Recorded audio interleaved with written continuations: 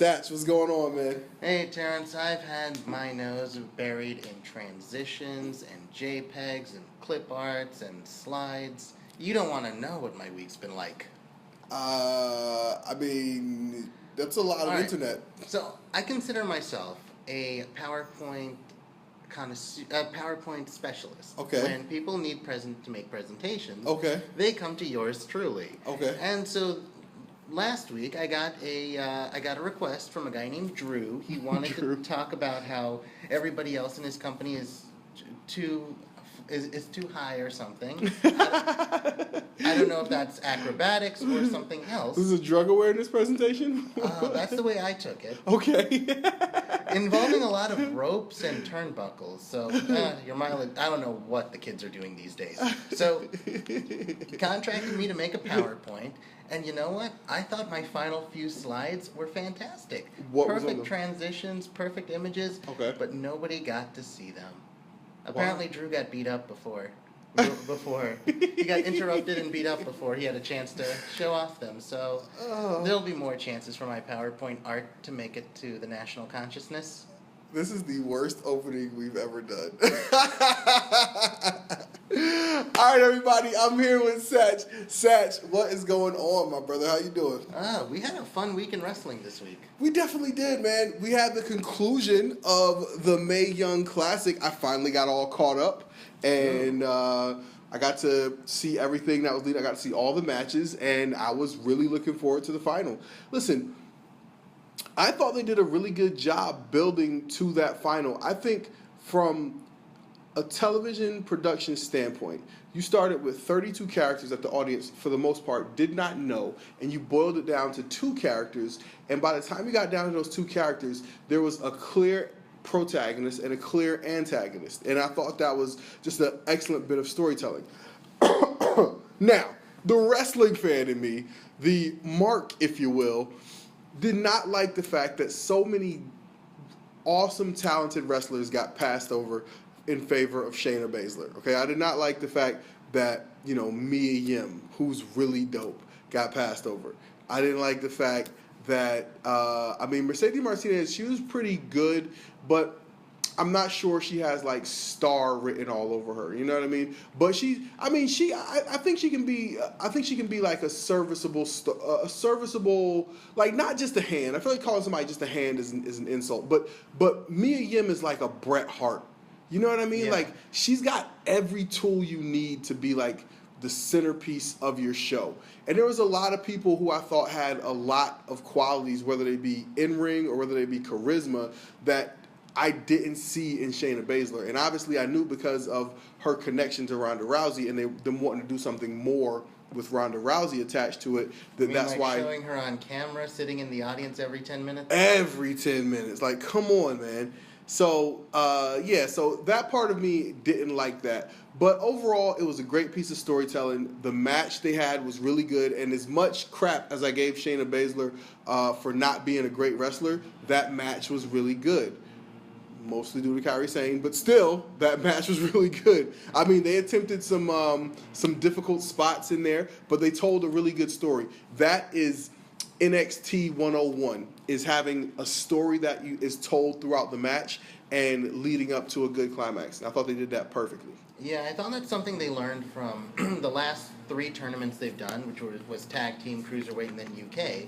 It's better to have a clear, decisive face and a clear, decisive heel in the final, so that way the audience can be unified behind the winner. And I also noticed that they gave Shayna 3 wrestlers, Mae Young, Candice LeRae, and Mercedes Martinez, who were all very experienced and could all carry her, and who could all carry her and still make the match compelling. So here's what I'm looking out for in the next few weeks. There are at least a dozen women in this tournament that I want to see get signed, either to the main roster or to NXT. Yeah. And so I'm going to be refreshing Twitter every few minutes, at Sach and Dave C, if you guys are interested. I'm going to be refreshing Twitter every few minutes to see how many of these girls get signed. It's safe to assume, by them being in the finals, that Kairi and Shayna are going to be signed. But I want to see Serena come back and go straight to the main roster. She's a huge real life and kayfabe success story. Right. Mercedes Martinez and Mia Yim can be very solid people right now. Mm-hmm. Whether you bring them into NXT Mm-hmm. to help refill the roster or bring them into the main roster. And there are a lot of other women who impress. Toni Storm, from what I can tell, isn't signed, but she's got that it quality. Mm-hmm. That yes, naturally, there's a built-in feud or tag team with Naomi coming. And there are a lot of other women in this tournament that could be stars in this new era of WWE. No, I agree, and I think what the thing that I came away from this tournament thinking is that in this tournament is the next generation of NXT women. I think that this current generation of NXT women has been kind of blah, Billie Kay, Peyton Royce.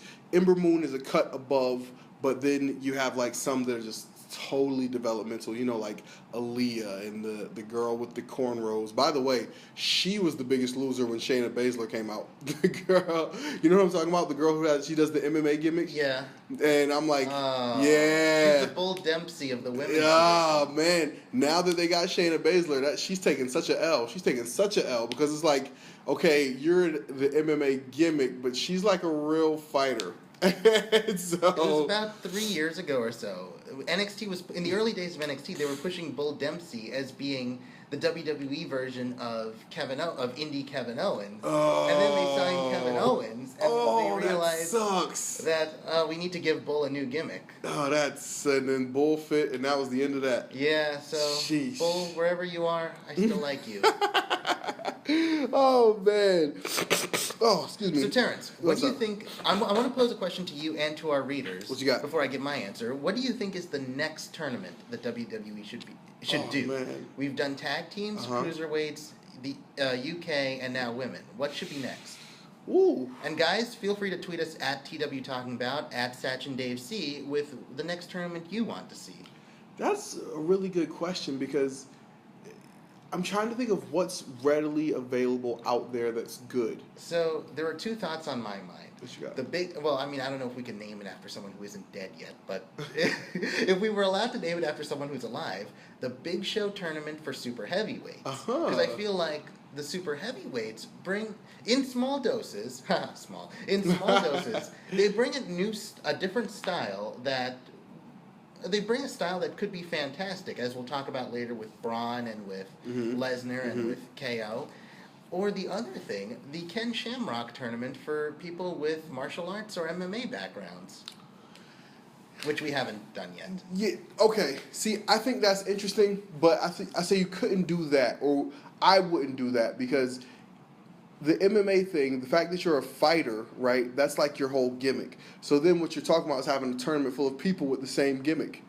Ooh. You know what I mean? So that I wouldn't do because it's like you're not really fighting. You know what I mean? You're not really seeing who has the best fighting style. You're just, people pretending to be fighters but actually pretending to fight.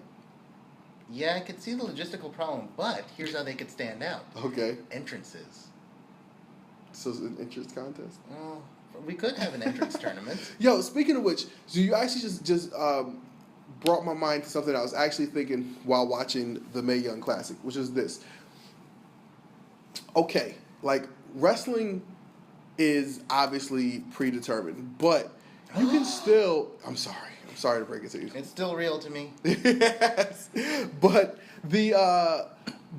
you can still come away very impressed by the person who doesn't win the match. And Chris Jericho said something a few years ago on his podcast that always stuck out to me, and it made sense when I was watching this. And it was, what if we watched this tournament and judged it like an Olympic sport? Like, judged it on, presentation, performance, skill, degree of difficulty of, like, the things you're doing. And each person got a score after their match, and then you judge your winners that way. Ooh, that's fascinating. Right? I think that would be like really dope. Who would be my winner? That would add an element of realness to it that I think would be pretty cool. I'm gonna guys, who impressed you most from the Mae Young Classic? Tweet us at Sach and Dave C. at TW Talkin Bout, and we'll get to your comments on the air next week. All right. So, Sach, what else did you love from the world of wrestling this week? Before we dive into our pleases, what stood out to you? So, SmackDown got their highest ratings since the Superstar shakeup a few months ago, and it's because they brought out the big guns for this Vegas show. We had 3 title matches. We had Kevin Owens and Vince making his TV return, and the show felt very must-see. Did it? I don't know if they can keep doing this, keep pulling out tricks every week, but this show, SmackDown, isn't bad anymore. I don't know if I can concur on that just yet, but this was a good episode. The whole episode really built towards the KO Vince showdown, and I thought that was good. I think anytime you have the whole show, you keep calling back to what your A storyline is, you know what I mean? And then you build to it in the final segment. I think that's just the best way to put the show together, and they really did that. So that was pretty good. I mean, anytime Vince McMahon's on TV, you gotta watch it. You know what I mean? You gotta see what's going on. Vince McMahon is, funny because he played a villain for all these years, but the people absolutely love Vince whenever he comes out. So, Vince McMahon is a draw. He's always been a draw. He'll always be a draw, for however much longer. Vince McMahon's going to live till he's 145, it's by the way. It's the break glass in case of low ratings thing. Yeah. They pull out Vince when they really need to get someone over, or there's a bit of a rating slide. Yeah. So, by the way, guys, if my energy's down a little bit, I'm at the end of a week full of a nasty cold, and so I'm not quite as energetic as I usually am. But you guys probably appreciate that because I'm not yelling in your ear so much. But guys, if my energy's a bit low, I got put through a table. Yeah. All right, Sach. So let's get into what we came here to do. Tell me what you saw from the world of WWE this week that you love, that has you saying yes, please. So here's my yes, please, and it's an unusual one. SmackDown commentary doesn't bug me anymore. For months, JBL would be the wrong definition of a heel commentator. A heel commentator is not supposed to get themselves over. It's supposed to get the heels over, and it's supposed to get the people on screen over. And for months, JBL would be like the ultimate negative guy. Whenever Tom Phillips or Morrow would say would say something's happening in the ring, JBL would say the opposite of it. Whenever they would say AJ Styles is in control, JBL would say no, he's not. And JBL would be just there to argue. And I feel bad because in 2006 he was a brilliant heel commentator, putting over the heel psychology. Now it feels like John Layfield playing the JBL character while also parroting whatever Vince is saying to him in his headset. With that in mind, JBL, I wish you the best of luck in retirement doing charity, but SmackDown needed a new heel commentator, and the dynamic between Corey and the other announcers is so much better because Corey is actually putting the spotlight on the faces and heels in the match. And here I'm going to give you a point for this. It's from a match that was a decent match that was made better by the commentary telling the story. It was AJ Styles' U.S. Open challenge against Ty Dillinger.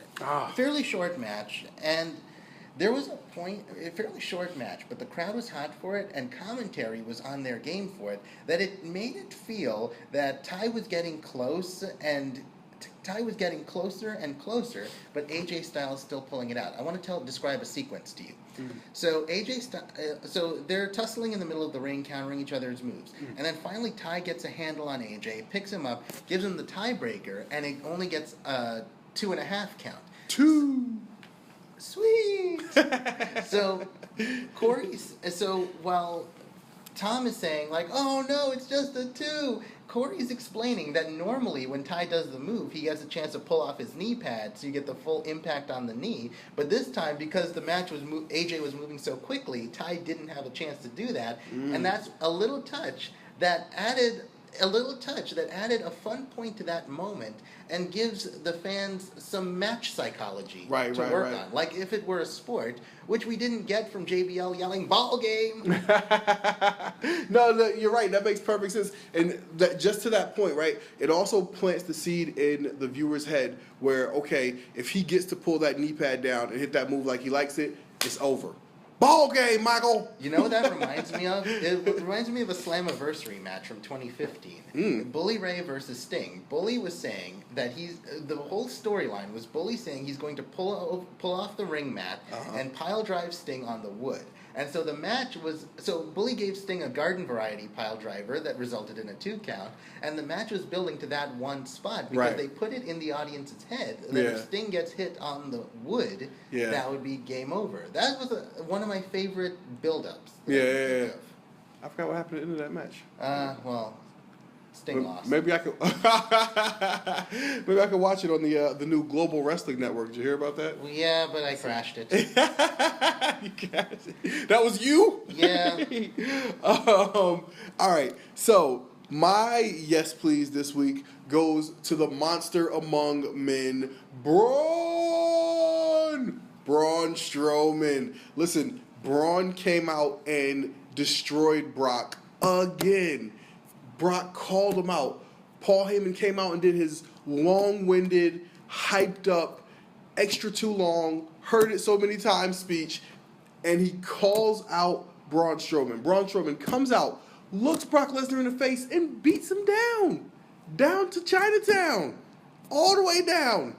Down to the ground. So he beat down Braun Strowman. And, he beat down Brock Lesnar. And I just came away from that segment just saying to myself, I'm like, look, man, the way they're telling this story, Braun has completely dominated Brock, and it has not been close. He hasn't cheap shotted him in the nuts. He hasn't hit him with anything. You know, he hasn't raked his eyes. He hasn't thrown fire in his face. He hasn't done anything like that. He's just been the bigger, stronger monster.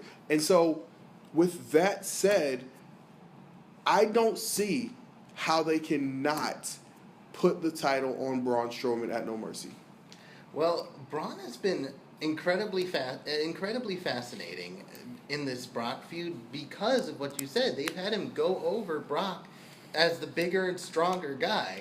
And yeah, they tried this storyline with the Big Show 2 years ago, but we weren't buying Big Show as a threat to beat Brock. Braun, I really think this is his time to be the one to beat Brock Lesnar. Feels like it. Also, I don't want to see Brock Lesnar hold the title until WrestleMania because then we'll have another 6 months without the title on Raw. That's true. And I also feel like, maybe this is just me, but would you be excited for Braun versus Roman at WrestleMania? I think so. Here's why I am. WrestleMania main events are home to 2 different types of matches. One could be matchups between 2 guys who haven't faced each other before, and the other could be an ending to a year-long feud, like the story with KO and Jericho. Braun versus Roman has been the feud of the year to me. Every match has been fantastic. They've both looked impressive, and the crowd is solidly behind Braun as being a physical marvel. Right. So I think WrestleMania would be the perfect finale to Strowman versus Roman. And I'll tell you something else, too. That doesn't have to be the feud of the year. I think that's the feud of this generation. Like, that feud does not have to go anywhere. If you're WWE, you keep both of them strong, and they can be doing battle at the top of your card for the next 5 years. Fight forever. Yeah. I mean, because, look, the stuff they've done is great. And, again, it makes sense. It makes sense. Because these are 2 guys who you look at, and you're like, yo, this guy could beat up most of the people I know. Right? And this other guy could beat up most of the people I know. So, these 2 guys beating each other up, and they both take turns getting the best of each other, right? It's not like all Roman or all Braun. And by the way, Braun is probably the only person who's been allowed to really get over on Roman that way. You know what I mean? And so that has made Braun special. And so, Braun and Roman have, kind of found each other at a unique time when it's been perfect because they needed someone that could put Roman in danger, make Roman human. You know what I mean? And Braun is that guy. And so that's why Braun, they should never ruin Braun the way they did with Rusev. They should always keep Braun strong, keep him at the top of the card, and this can be, it can be a forever feud. There's no reason that it can't. So I would be into seeing Braun versus Roman at WrestleMania for the title. I got no problem with that. So, yeah, man.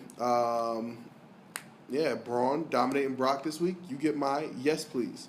Okay, Sach. So we heard what you like. Now I want to know, what didn't you like? What did you see from the week of WWE? that has you saying no, please? All right, my no please. Once again, it pains me to say this. This comes from the Jinder Mahal versus Shinsuke Nakamura feud. Ooh. Two of my favorite people on the roster. The segment started out. Funny and heelish, with Jinder making fun of Shinsuke's facial expressions and like butt jokes. But one, you could tell Vince wrote some of those jokes, and two, it's at least giving Jinder something else to talk about than the usual stuff. Right. Yeah, that's shtick. Yeah. So it gave Jinder a chance to show off more of his personality and his range, even if the jokes were meant for 12-year-old humor. Of course. At least it was different, and so I was willing to say, all right, this ain't so bad. Also, the Singh brothers overselling all of Jinder's jokes. Oh my God. That was so bad it was funny. Then the segment took a turn that went back into the xenophobia storyline, where Jinder was at first making some Japanese jokes at Shinsuke, and then he was diving back into the same uncomfortable shtick where the crowd is kind of conditioned to respond to it, but I feel like he doesn't get the vociferous heat he doesn't get the vociferous heat that we would see Kevin Owens get later on in the show. He just gets vociferous is a great word. Yeah. We're making people smarter on this podcast. Yeah, come for the wrestling, stay for the dictionary knowledge. So he didn't get real heel heat. He just got cheap audience conditioned heat. And I feel like what started as a unique type of segment dipped back into the same old thing, and makes me pessimistic for where the story's going again. Yeah, I think you're right. The more I think about this, though, like, Nakamura is being built up as a hero, and the best thing they could do for Jinder is have him beat Nakamura again. Because I think that everyone's been looking at Jinder as, okay, when is this thing going to end? It's been long enough. And I think if they let him keep beating these good contenders, that's what's going to make his title run memorable, is having people that the audience wants to see win fall at his feet continuously. I think that's what makes a good heel champion. So, guys, who do you think loses their title first, Brock Lesnar or Jinder Mahal? Ooh. Tweet us at TW Talkin Bout, at Sach and Dave C, and we'll take your predictions on the air. That's a really good one. All right, so my no please for this week is going to go actually to a hero, a true American, someone who will always do what's right and never give up. My no please this week goes to John Cena. So John Cena had a big match against Braun Strowman. This was a match that I think any and all of us were pretty excited to see because, again, anytime you get two guys who are at the top of the card facing off each other in a match, especially a match you've never seen before, this is something you have to watch, right? But here's the thing about Cena that kind of just turned me off, man. I noticed that Cena needs a haircut. Ooh, a haircut? Yeah, man. If you look at Cena, he's always got the fresh buzz cut, you know what I mean? The military flat top, whatever. And if you look at him, his hair's, fully grown out. In another couple of weeks, he'll have, a long, flowing locks like AJ Styles. And I'm just he's already on to the next thing that he's doing. And that makes me, as a fan, feel like, he's halfway interested. And it takes me out of it, man. It's like when somebody is trying to cut a promo on Cena and he's no selling it or making some stupid face and it just ruins it, completely takes me out of it. That's how I feel about the way that he's just not even getting a haircut. Come on. I mean, the haircut is it's one thing, right? It's just one little thing that says I'm not into what I'm doing right now. I'm not putting my best foot forward. That's what his lack of a haircut says to me. And yeah, like I said, it just kind of takes me out of it. We've never had long hair Cena in 14 years of Cena being on the roster. Wow. 15 years of Cena being on the roster. We've never had long hair Cena, and you know what I want to see? I want to see Cena with the Nakamura cut. Oh, man, that would be crazy. That's when you know would be crazy. That's when you know that haircut has jumped the shark. Everything seen has pretty much jumped the shark. All right, that's my no please for this week. So, Sach, we heard what you like, we heard what you didn't like. But, again, we all watch these shows because we have hope. We have hope for something that we really want to see. So, what's inspiring hope in you? What have you seen from the WWE this week that is making you say, please, please, show me this thing? Evil and sadistic viciousness. Interesting. Do tell. All right. So evil and beatdowns are what's inspired hope in me this week. Evil and beatdown. Have you been watching the news? Well. Does the WWE Network count as news? No, Okay. not at all. So, Kevin Owens is an amazing, evil, vicious, beat you down heel. And there are moments where we don't always get to see that on the roster. And I understand, because if he does that every week, then he becomes Kane and we don't care anymore. True. But when Kevin Owens is given a chance to show his heel range, he is the best heel in this company. And so this week, Vince,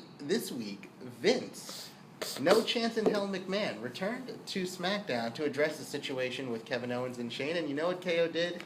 He butted him right in the head. Vince got busted open the hard way, and then KO continued to beat down Vince. In fact, it was a beatdown of Vince that got crowd sympathy for Vince. Was that Vince's face turn, or maybe I'm just rooting for Kevin Owens too hard? He was rooting for Kevin Owens too hard. Yeah, I was. There was a part in Vince's promo where he said, "You can sue me if you want to, but I'll just keep it tied up in court forever because the laws are made for people like me." I was like, you know what? I want to see you get your ass kicked now. I was rooting for Kevin Owens the whole segment. And by the way, Vince has lost a lawsuit, or else we'd be calling it the WWF. Facts. But anyway, Kevin Owens was a stellar level of top heel in this segment, and I enjoyed every minute of it. And here's what I want to see going forward. I want to see KO still being this strong, like still being this vicious in the ring as we build to a Hell in a Cell. And my problem with the Hell in a Cell pay-per-view is that we've been shoehorning a lot of feuds into the cell that didn't need it. Right. Kevin Owens is doing his part to show why he deserves to be in that cell. That's pretty good. So it's going to be Kevin Owens and Shane McMahon inside Hell in a Cell. That's right. That's exactly what we're going to get. There's always a chance the Singh brothers could be hiding under the ring, but what do you think the chances are that Kevin Owens beats the crap out of Shane McMahon inside Hell in a Cell, and his brother-in-law has to come in for the save? Ooh. All right, I didn't think that was going to happen, but now that you put that into my mind, it could jumpstart a Triple H versus Shane feud for WrestleMania. No. For Survivor Series? But For the Royal Rumble? why would that be Triple H versus Shane? Wait a minute. Are you? If KO is beating down Shane to the point where Steph has to come out and say, "Please help him." Oh. So like let's say it's Hell in the Cell, Yeah. right? And KO wins, right? KO wins, but he just continues to beat down. Oh, just continues just beating him, and then at some point Steph's like, "Stop! Stop!" And then let's say she goes back behind the curtain, and then she comes back dragging Triple H out, and he's doing the thing, slow tick off the shirt. I tried to be nice. So you're saying Triple H would side with Shane against KO? Yeah, reluctantly defend Shane on behalf of his wife. I think if Triple H gets involved, which I don't think is going to happen, but if he does, I think he sides with KO as his vessel of the future, his future star. Right, and see, that's where I thought the big conflict could potentially come in, right? So you have Stephanie, and she's like, okay, oh my God, this could be the big Survivor Series. I don't think Stephanie would side with Shane. I think Stephanie would side with wherever Triple H goes because she's turned on everybody in the family at some point. Right. So let's book this. Let's book this. Okay, so we got this. So here's how this is going, right? All right. So KO is beating down Shane, right? And Steph drags Triple H to help. Please help. And Triple H gets in the ring and he does the Jon Stewart, but just much more better. He acts like he's going to attack KO, and he just beats down Shane. And then we're like, oh my God, what's going to happen? And then this leads to Shane and his SmackDown team versus Triple H and Steph and their Raw team for Survivor Series. You know, we talk about Vince being a great guy to get heat on, like to put someone over and get heat on people. Triple H is also great at that, especially in a team setting like Survivor Series. That's true. And also, last year's Raw versus SmackDown match technically didn't have anything on the line, but it felt like they had something on the line because how into it both GMs were. Mm-hmm. Plus, they did that match right, man. That match was like an hour. That was a good match. Everybody got a moment to shine. Even James Ellsworth got a moment. Oh my God, that was awesome though. That was really well done. All right, final word on this.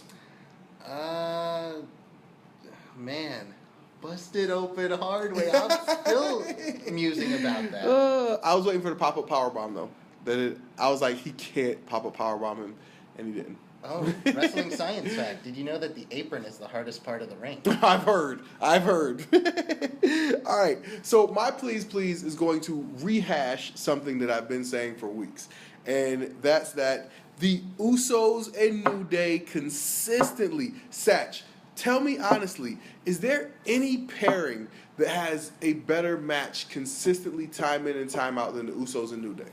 As far as tag teams, I can't think of any. Even singles? Well, Roman versus Strowman is close, but I give New Day... Those are always pretty good, you're right. I give New Day and the Usos the edge because their promos are also fantastic. That's true, and their music's better. Ooh. So, but yeah, man. So New Day and Usos have another great match. Uday. New Day wins the tag team New title Day back. One-ish? Yes, the New Day one-ish. and so you know what that means, Sach? That means that the former champs get their obligatory rematch. Ooh. Now, listen, Sach, I told you this street fight did not have to be the end of the road here.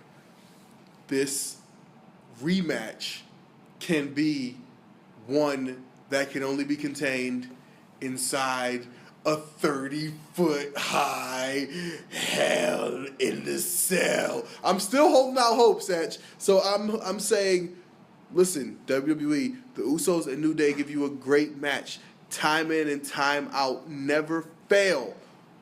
Let them have the first ever tag team Hell in a Cell match. Please make this happen. Very rare. It's very rarely that we find a tag. Well, first of all, it's very rare that WWE cares about the tag team division. But it's very rare that we get two teams in their prime in which this feels like the natural conclusion to the feud. Right, and that's what I'm saying, Sach. Ever since you put this idea in my head, it makes such perfect sense. This feels like this feels like this where this should be going. And so I'm going to be so pissed when they announce that it's not it. Well, there's always a chance it could be a 6-man tag with the New Day and Shane versus Kevin Owens and the Usos to combine both matches if they're running short on time. But no. Yeah, but because this match would absolutely steal the show, like they steal the show all the time. So that's pretty great. Sach, anything else from the world of wrestling catch your eye this week? Well, this was a less hectic week in the world. Yeah, we didn't have too many controversies. We didn't have too many scandals or insidery stuff going around. So, I mean, this felt like a peaceful week in wrestling outside the ring. Right? That's pretty good. I can't even think of. Yeah. No. Oh, but I did hear that Kairi Sane, the winner of the Mae Young Classic, is going to get to challenge for the NXT Women's Championship at the next TakeOver. Ooh, that does make sense because I didn't think the tournament winner should get the title the way it seemed predictable, but I feel like somebody on the NXT roster deserves to be in the title match, right, but not be handed the title. Right, but I also feel that having seen the quality in this tournament, it does make sense that the winner of the tournament gets a title shot. Yeah, so I'm looking forward to that. What do you think, Kairi Sane versus Ember Moon? It seems like that. Unless they want to put her against a true heel, somebody like, I guess, a Nikki Cross or Billie and Peyton. They could do something where Kairi Sane takes on, let's say, Ember Moon, and let's say Ember Moon wins, or maybe Kairi Sane wins, and then Shayna Baszler comes out and beats her down afterwards to continue their feud. You know, that could make sense, because I feel like they want to build up to something big with the 4 horsewomen of MMA and the 4 horsewomen of... But that's going to happen regardless. Yeah. It doesn't have to spill over to NXT, man. Leave NXT alone. Put that crap on Raw. All right, well, it's you know what I was thinking about? They can't do crossover stories with NXT because NXT films a month in a day. So they've got their story set, while Vince changes his mind 10 minutes before Raw. That's true. Why are we doing this? Because you said so, sir. All right, Sach, tell the people where they can find you on social. You can find me at Sach and Dave C. Tweet me any trivia questions, or if you want to just send me a muffin. But, Terrence, we've got an answer to last week's trivia question. Oh, that's right. So the question was, who has the most losses in WWE history? In WWE, and I'm going to give you 2 answers. One is all time, and one is active. Okay. The Brooklyn Brawler has the most losses guess. in WWE history all time, and the most losses of any active non-retired person is Kane. Kane has been around so long, and he had the gimmick that allows him to lose, but not lose his heat. That's true. That's true. That's very true. He's also been putting over people for a lot of years. A lot of putting people over. And putting people through tables. And into fire. And off of ladders. And getting buried. Yeah, so, Kane, what a trooper.